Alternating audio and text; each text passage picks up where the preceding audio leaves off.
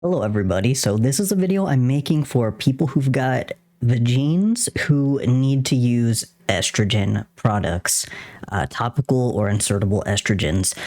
It's going to be mostly like a personal experience, like how I feel about certain methods of delivery of the medications, because I've been really lucky and I've gotten to try a whole lot of different ones.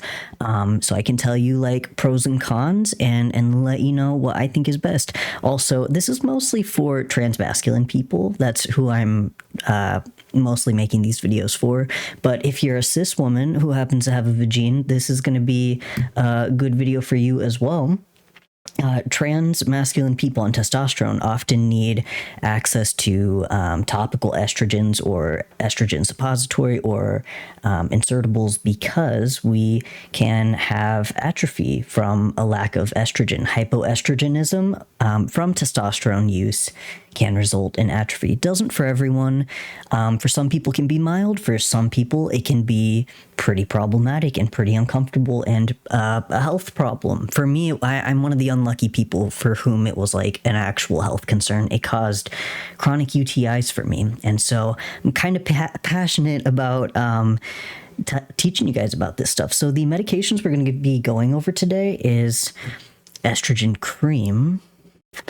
This is called Premarin, and if you ever get prescribed Premarin, it's like $200 fucking dollars if your insurance doesn't cover it. So you can go on their website and get a coupon, and it's like $15. It's always a good idea to go onto the website of the medications that you're buying, especially if it's not generic. If it's like a brand name medication, a lot of the time they will have a good coupon, but you'll have to like put in your name and your address and shit. Also, GoodRx. How to use GoodRx? You download the app.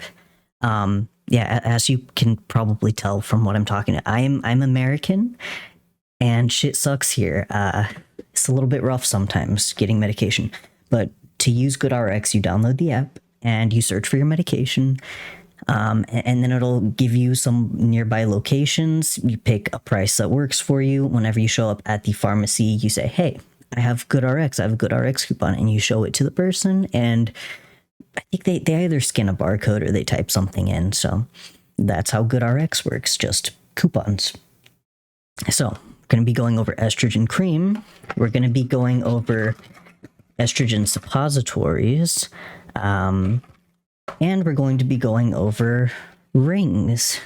These are the primary delivery methods of topical estrogens to the vagine that I am aware of. And I'm also going to open things up and show you what things look like and how they're used. So, you know, like one of the problems for transmasculine people getting these medications delivered to their bodies is that a lot of us have bottom dysphoria. A lot of us have trouble touching that area or putting medication or like anything inside of it. That can be like that can be a massive barrier for a lot of us. It's not accessible for everyone. So, one of the pros on that subject is that with a cream estrogen, this can be applied externally. If you are somebody who can't put stuff inside of you, you might not get like the full benefits of using it internally, but it can be helpful and effective at least a little bit. It's worth a try. If it's something that's not accessible to you, if you cannot put stuff inside of you, trying a cream estrogen might be a good idea. And even if it isn't a dysphoria thing, there's actually a possibility that sometimes atrophy can progress far enough that putting anything inside can be too difficult, too painful, or like even impossible. The space becomes very small and the tissue becomes very delicate. So using I mentioned this because a lot of doctors do not know this shit. It's a shame. It's bad. I've had a gynecologist tell me that I know more about atrophy than a lot of other gynecologists that they have worked with, and that's really embarrassing because I don't have a PhD. I have just read about this shit. So anyway, another thing is that if your tissues are like too delicate, if it's not even a dysphoria thing, sometimes using topical estrogen on the outside, using a cream estrogen externally on the vulva, it can help get the tissue inside to be a little bit more robust and flexible so that you can start using topical estrogens on the inside. So yeah, that's something to keep in mind. That's something that can be really helpful for a lot of people. And so something you might be wondering is, how do you put a cream inside of your vagine?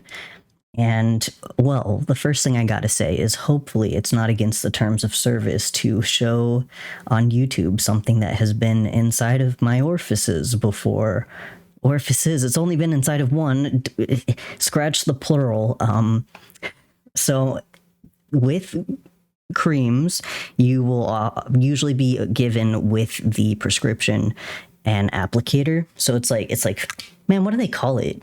Do you call it a plunger? Because that doesn't seem appropriate. It doesn't seem like a nice thing to call it. But you put the cream in there, you put the thing in you, and then you, wow, something like that. You get it. You push it in. Because, you know, if you put this stuff like on your fingies and then try to put it in that way, it's gonna make a mess. And honestly, even if you use the applicator, it makes a mess too. I do not like the cream for this reason. I find it, I've looked at some studies on these medications, and I have found, from what I remember, the cream has the lowest patient compliance. That means people do not follow instructions and actually use it because it's annoying and a pain in the ass to use. A lot of the time, it's going to be the first one that a doctor tries to prescribe to you. If you think that like having liquids kind of like left over, like coming out and like getting on you, if that's going to be a problem for you, then you probably don't want the cream. Personally, I think it's really uncomfortable. I think it's a mess. It's a last resort for me. I hate the cream. I hate the cream. And just to give you like a little bit of an idea about like what my dysphoria is like my comfort level about my bottom dysphoria, I'm like fairly comfortable. I'm kind of okay with what I have. And so I'm able to apply medications like this if I need to. But I do have a lot of trouble with like if there's liquid or discharge or things like that. That's something that makes me really uncomfortable. So because of that, the cream is not good for me. It's a no-go for me. So the second medication, I think I should show you like what the texture of this stuff is like. It's really just like an ointment. So it's very thick, sort of like sunscreen, or thicker than sunscreen really. But that's what this stuff is like. It's a mess. It's a mess. You know what? I would say ointment is more correct. It's sort of like diaper rash ointment type of material, like zinc oxide. I need a tissue. Okay, so the next one I want to talk about is the estrogen suppositories. This stuff comes in a box like this. The one that I got is called Imvexi. It's a strange name. They all tend to have a little bit of strange names, in my opinion. But the box comes with, how many are in here? 8. So I think the starter pack comes with a few more, because I think in the first week or the first 2 weeks when you first start, they want you to take a few every week. But afterwards, it's 2 every week. And this is what it looks like. And they've got little instructions on the back. Hold the insert with the larger end between your fingers. It's a teardrop shape. And it doesn't say this on the instructions, but I personally think it's not easy to use this stuff without lube. I would recommend keeping something like a little bit of lube or vaginal moisturizer or something like that, just to put it on the pill so that it makes it a lot easier to go in. So I don't remember if I said this out loud, but they're like teardrop shaped, and they're pink because pink is for girls. Pink is vagina. And something else you might notice. This drives me insane. Cis normativity is the bane of my existence, but of course they draw long fingernails on any of these instructions. It's the same with like vaginal moisturizers or any vagina products. They're like, I gotta draw long fingernails on the person who's applying it to their vagina. It drives me a little crazy. So it's this big. It's not very big.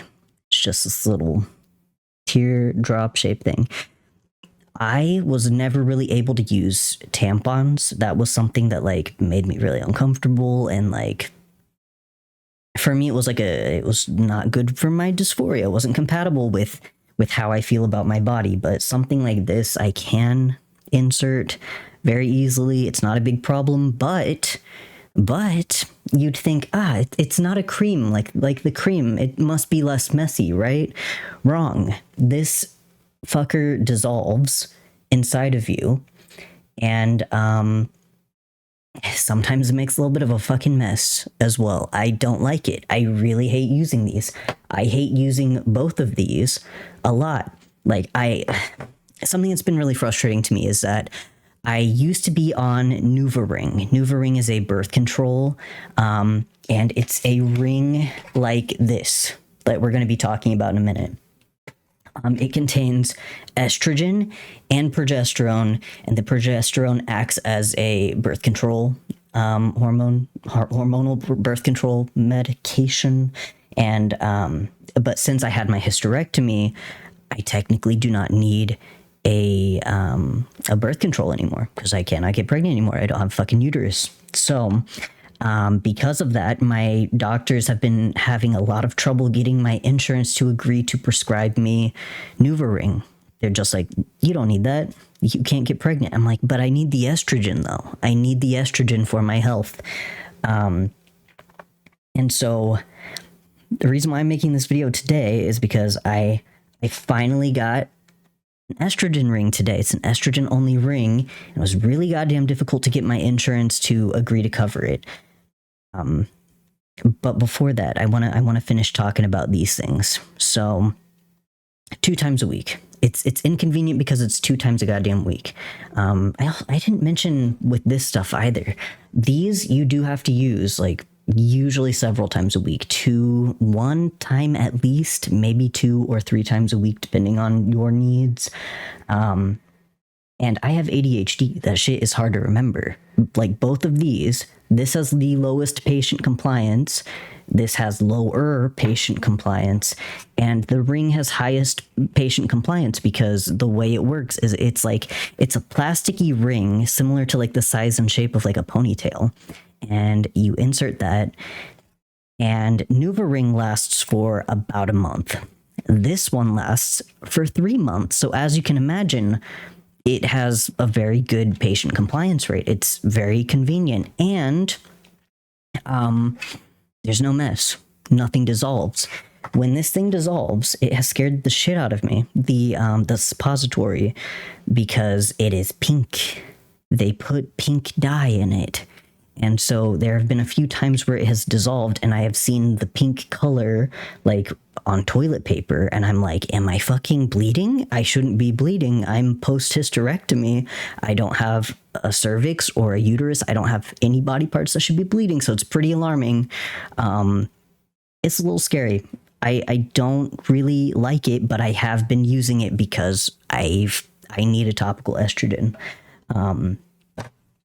But if I have to pick one, this is less of a problem. The suppositories are less of a problem for me than the cream. I can tolerate the suppository a little bit easier. Something else I wanted to talk about just a little bit for a second is side effects, which, gosh, it's a little bit complicated. So I think I actually might talk about it in another video. But I did want to mention that with a cream, it's a little bit more difficult to figure out like how much you need because it's a cream and you can accidentally use too much or too little. With the suppository, you know the dose you're getting. It's 1 pill. And so the first time that I used the cream, I accidentally used too much, and the next day I woke up. This was pre-hysterectomy. I woke up with spotting, cramping, and a headache. So I had used too fucking much, and it made me feel like garbage. So that's something to keep in mind, is that there can be side effects that you might not expect, or things that you might have to get used to over time, especially if you haven't had very much estrogen in your body for a long time because you've been on testosterone. Sometimes it's something you can get used to, or sometimes you just need to adjust your dose to something lower, something that just enough estrogen to help treat atrophy, but not enough that it makes you feel bad in other ways. That's the goal. So I guess a pro of the cream is that it's more customizable dose-wise compared to other methods. Okay, now the last one I want to talk about. I'm a fucking nerd, and I'm just excited that I have this now. And that's one of the reasons why I was like motivated enough to make this video, because I'm like, oh my god, I've been begging my doctor to let me have this for so long, and now I finally have it, and I'm incredibly hyped for it. So, this thing lasts for 3 months. And so what I'm gonna do is I'm going to, after this video, put it in my vagine and then put an alarm on my phone for 3 months from now to tell me to change out and use a different one. There's only one in this box, and I'll have to remember, you know, like maybe I'll set that alarm on my calendar to tell me like a week beforehand to call my pharmacy and get a refill. But here it is.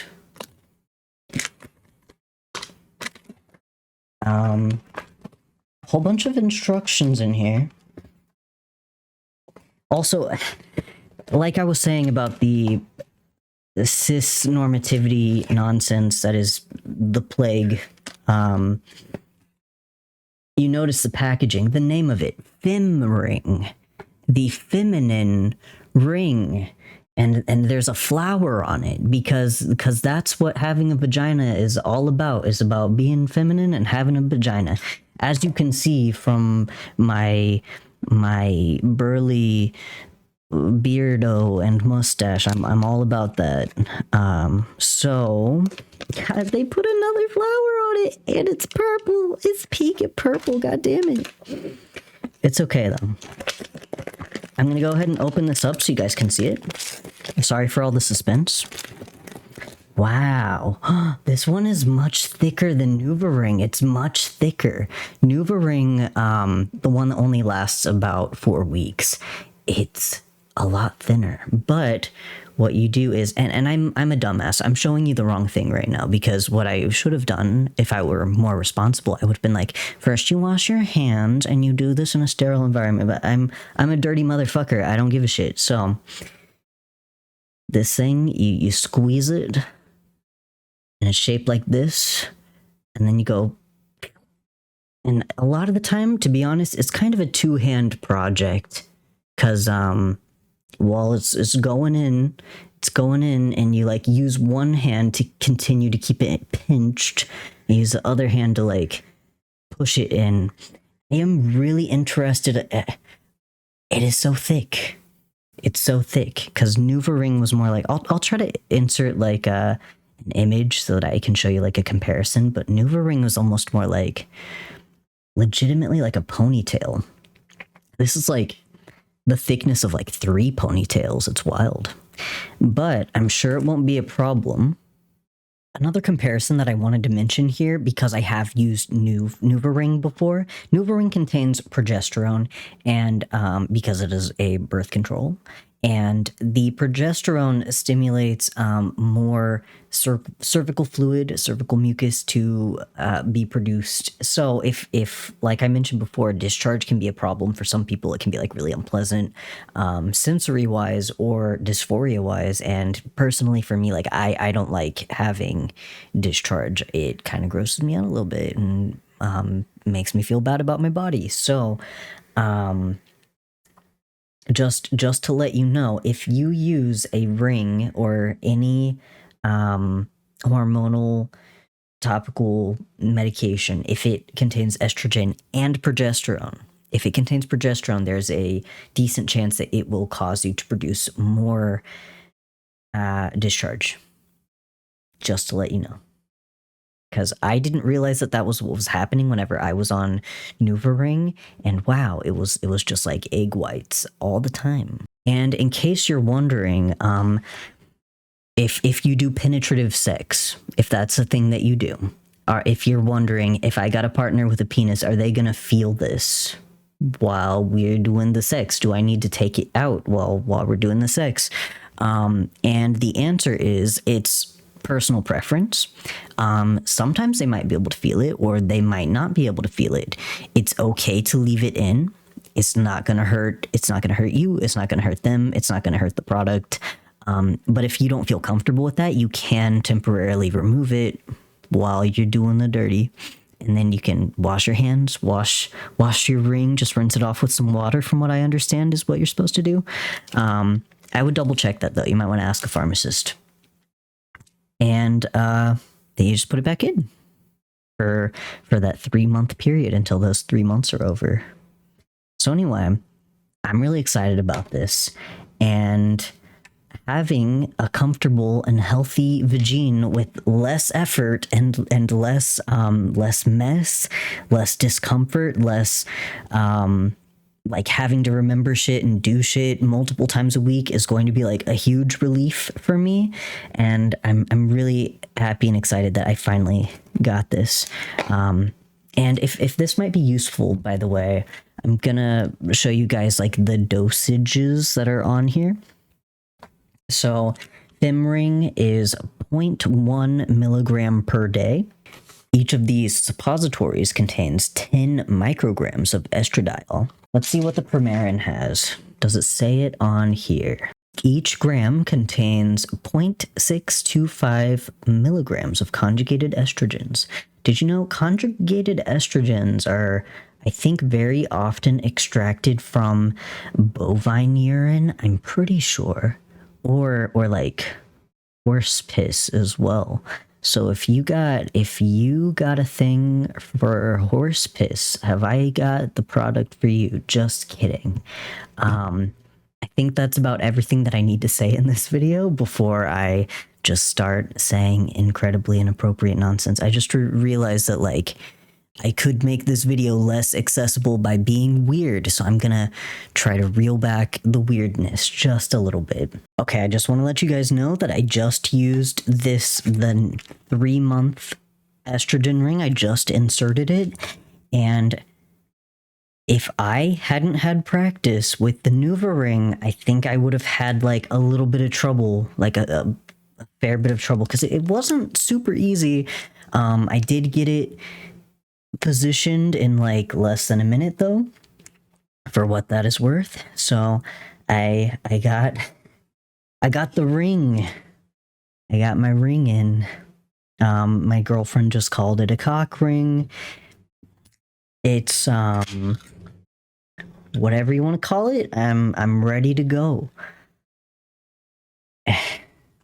So thank you guys for watching. I changed my shirt because I think I either got lube or water on it, and I felt like I was no longer presentable, so got fancy again for you guys. Fresh shirt. Thank you guys for watching. I'll see you next time. Bye.